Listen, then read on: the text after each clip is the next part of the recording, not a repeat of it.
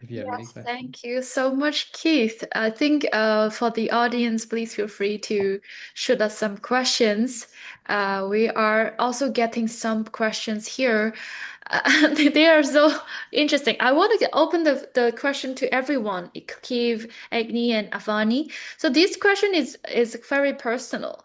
The audience said, I am very intimidated by AI. How can I feel comfortable with AI or the people advancing AI? Please feel free to share your thoughts. Oh, wow, what an Um, interesting question. I would say there's nothing, in my kind of personal opinion, there's nothing to actually to be feared of when it comes to AI. It's more about there's maybe a little bit taking a leap of faith, and but it's really key. I think starting to open yourself up to say, how can I actually start learning a little bit more?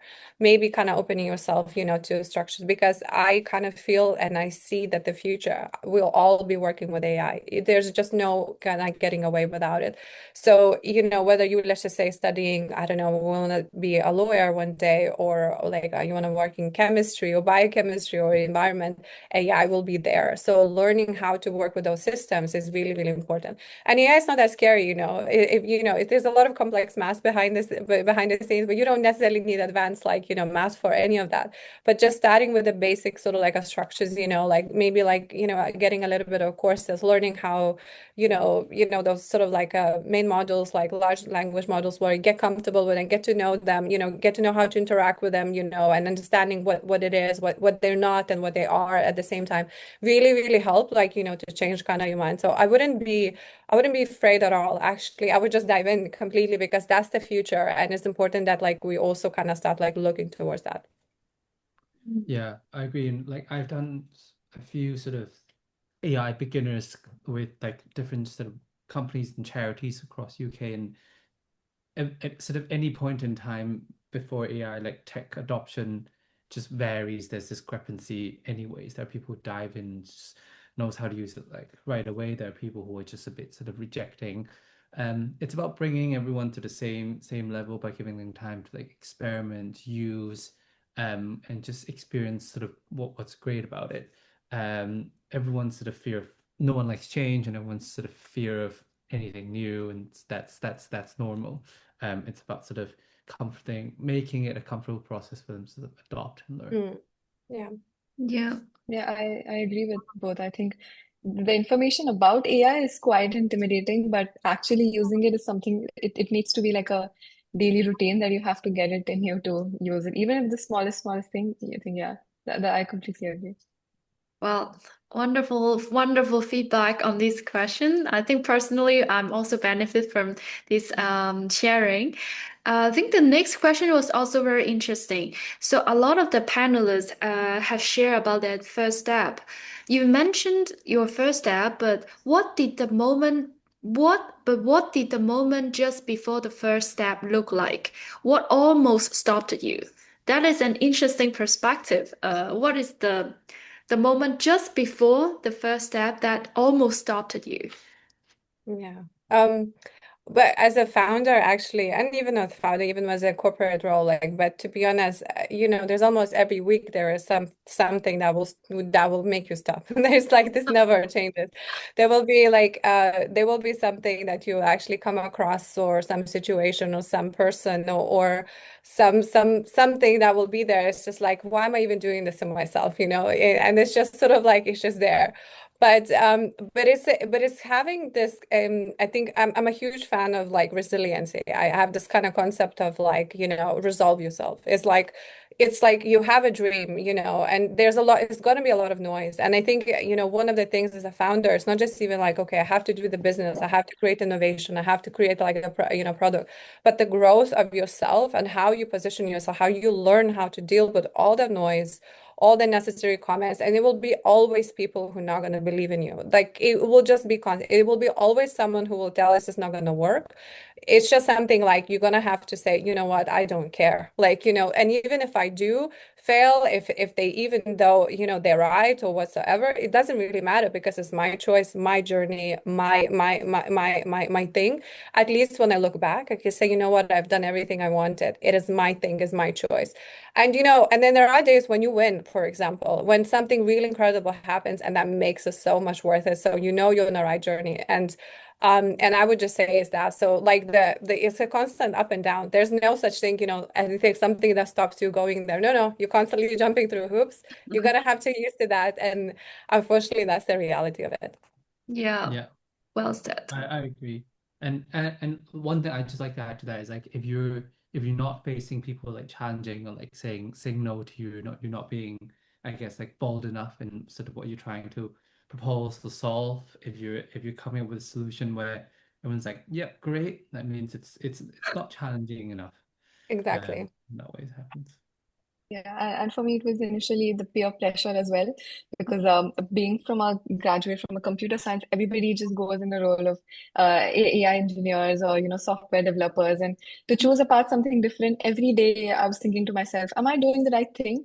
Because for me, doing work was to code, but to have that transition where I'm actually applying what I'm learning, and I think that that's something that you need to have that thing, because every day you're seeing people, your peers doing something that you used to do, then you feel like, did I go wrong somewhere? Have I chosen something different? Is it right, wrong? Yeah. So Yeah. just self-doubting is like a big thing. It Yeah. is. I just Yeah. wanted very sorry quickly to add to this. You just remind me of something because and when I started my career, I was I had a law degree, so it's all about law and whatever. But actually, throughout my entire career, I actually learned coding because when I was joined one of my investment banking teams in technology, I used to go to, and we work with the compliance products, and they were all technology team. There were 80 developers, like very heavy developers all the time. And then they gave me one of the little tool to look after, and I kept going to one of the guys. I said, "Can you please fix this?" And at some point, they were like, "Listen, we're bored of you. Can you just like leave us alone? This is your code. This is how you do it. This is the how to page. Go learn it." And I was like, "No way I'm gonna learn this." But you know what I did? And by the time I left, I remember my little like tool was like 3 or 4 thousand lines of code, which I created by myself. And I remember then like this is the way I challenged myself because I went all the way from sort of like just kind of being kind of lawyer and legal mindset, whatever, all the way down to code. And I really kind of fell in love with that. And that essentially taught me so much because I was able to just like, if I can do this, I can go something even more. And I become more and more technical, which actually gave a really, really kind of amazing advantage in my career because suddenly I'm able to understand both sides. And that's exactly what we're basing out, like even my innovation today, because I'm able to really, really kind of create that convergence between the two. So yeah, what you said about sort of like creating that choice sometimes for what path are you taking. Sometimes you take something, but sometimes something else comes along, and when you embrace that, it makes a really huge difference, to support that. So not every path, like, could be the same, you could create your own, and really carve out your own story. Yeah, It that's takes a very lot of courage as well. inspiring.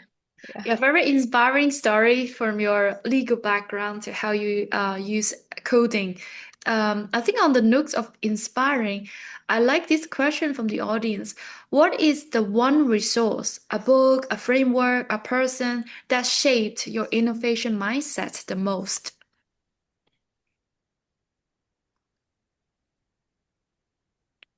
Something to think about. Yeah, I'd say there's no sort of one thing Yeah. that would shape. It's like I take the analogy of like of a recipe, right? There are like people often to take 10 recipes and like combine Mm. into your own flavor and you make it Yeah. your own. And hence there's the beauty of sort of exchanging your experience and knowledge of like, oh, what's your best of innovation methodology and hack? And I don't think a lot of people would search just like outright and quote, "Oh, I've learned from this." There are certainly like Harvard professors who drill on about innovation, but I guess we've all sort of exposed ourselves to like different methodologies and and have sort of created our sort of own blend. So no answer. That was my long way of saying I don't have an answer for you. Experiences, I think that's something that shape us more than just one thing. Yeah. Yeah, I would agree as well. Like there's no there's a lot of useful things in there. Everybody's journey is very different. I think the most inspirational, like you can be to yourself as well by taking chances, by doing something different. And actually sometimes it's better not to follow someone else, like doing something completely different. There were times that I took complete detour and I'm like, if everybody's going like this direction, like why? Well, let me go try something else. And sometimes actually that creates much more sort of like a, different sort of like a take. You learn more, you create more, you meet different people, and sometimes taking that leap of faith is really, really important. So kind of listen and learn, like Keith mentioned, like, have a recipe of your own, right? But bring the best ingredients, your knowledge, your capability, but also to really, really drive your own journey. Yeah, yeah, well said. I was just looking at my bookshelf and how many books I have gotten over time in the past year. They all changing from the Yeah. leadership lesson from the government to deep dive into super intelligence and then to the biography of some founders. So I think I agree with Keith, Agni, and Avani's thoughts on gathering different inspiration from different recipes. Okay, I think we are almost done, but let's just finish off with one question just for the audience to get away from. Um, this question is uh, let me see. How do you get stakeholders or decision makers to believe in your idea before you have proof?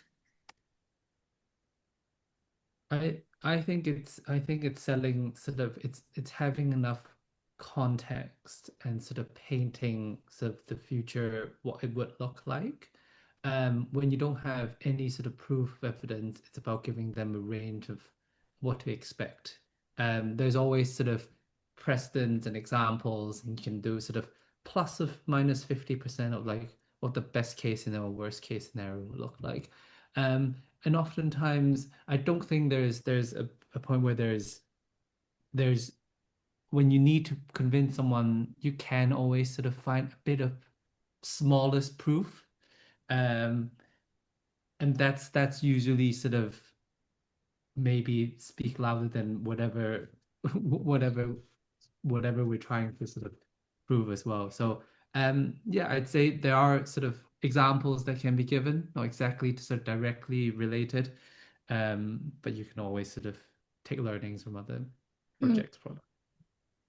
Yeah. And I feel to add on to that, and I completely agree. But what's something that we do in our role is we give them the good things and the bad things, but we also try to give them the solutions of or like the pain points of the bad things, where we can tell them that even though they're bad, this is how you can try to solve them in the future. So sort of they have the whole holistic view before we are proposing any change in a system or any change something in their process. So I feel giving the right information and giving the real information so they can see the entire picture and not just the good part of it. That's something that you can help build trust, I feel, amongst the business stakeholders. Yeah, absolutely. And I think just to very quickly to add to that is it's also kind of, really understanding what it is they want to achieve. Like what's the outcome? What's the ideal, not for you, but for them more. It's like if they want to kind of reduce something in cost or create operational efficiency or maybe like build some innovation, you have to kind of paint that picture. But I think to Keith's points about about like a proof of you have to also come up with like good conviction. I call it conviction, you don't necessarily need to build like entirety of a platform and just say, hey, listen, look, I built this for you. What's up? If you can, great, like that's awesome.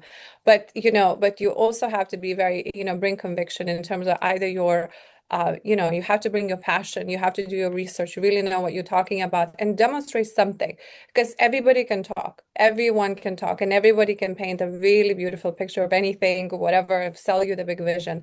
If you can come with a little bit of a proof, a little bit of conviction, really good passion, really, structure what you can and really know your stuff, then it's like it's a really different conversation that you can have. And like I said, you don't need to convince 100 people. You need to convince really, really good one that can become your champion. And that's how you kind of grow and create an impact. Wow, it's very powerful closing from Keith, Avani, and Agni. I think my personal take is just when I was a kid. I don't have any proof, but I need to ask my parents for some money. So I use passion passion to convince them why this is worth the investment. I think that is the one I leverage a lot in my life. Thank you so much, Keith, Avini, and Agni for this insightful, motivating, inspiring session. Thank you all, and I wish the audience has gained a lot of insights on this topic as well. And have a wonderful evening, everyone. I will see you again. All right. Thank Bye. you so much. Really Thank appreciate it. Bye. you. Thank Bye. you so much. Bye.